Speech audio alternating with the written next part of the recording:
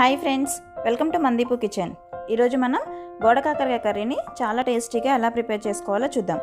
ఇవి మనకి విలేజెస్లో అయితే డైరెక్ట్గా తీగ నుంచే కోసుకోవచ్చు, లేదంటే మార్కెట్లో కూడా అవైలబుల్లో ఉంటుంది. బహుశా ఈ కర్రీని ఇష్టపడని వాళ్ళంటూ ఎవరూ ఉండరు.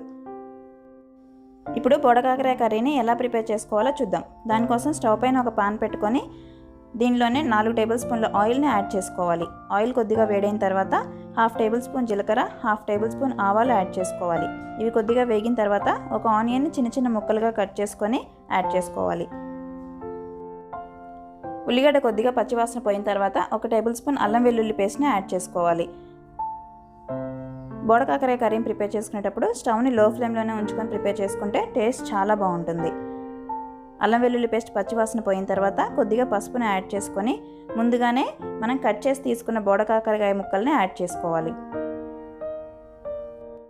బోడ కాకరకాయ ముక్కల్ని మనం కట్ చేసుకున్నప్పుడు ఈ విధంగా చిన్న చిన్నగా కట్ చేసుకొని యాడ్ చేసుకుంటే కర్రీ చాలా బాగుంటుంది.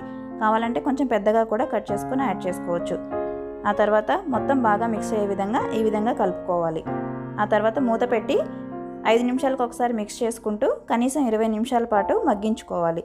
కర్రీ ఎంత బాగా మగ్గితే టేస్ట్ అంత బాగా వస్తుంది. అలాగే దీనిలో ఆయిల్ మనం రెగ్యులర్గా యూజ్ చేసే కర్రీస్ కన్నా 1 టేబుల్ స్పూన్ ఎక్కువగా యాడ్ చేసుకుంటే టేస్ట్ బాగుంటుంది. ముక్క కొంచెం మెత్తగా అవుతుంది అనుకున్న టైంలో రుచికి సరిపడా సాల్ట్, అలాగే 2 టేబుల్ స్పూన్ల కారంను కూడా యాడ్ చేసుకోవాలి.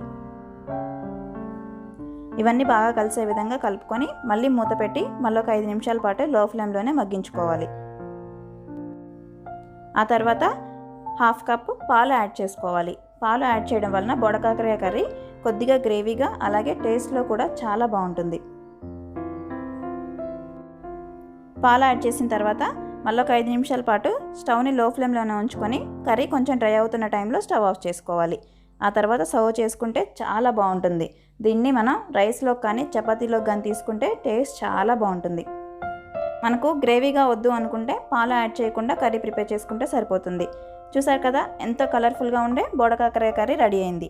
మీకు కానీ ఈ వీడియో నచ్చినట్లయితే వెంటనే లైక్ చేసి, షేర్ చేసి, సబ్స్క్రైబ్ చేయడం అస్సలు మర్చిపోకండి. Thank you.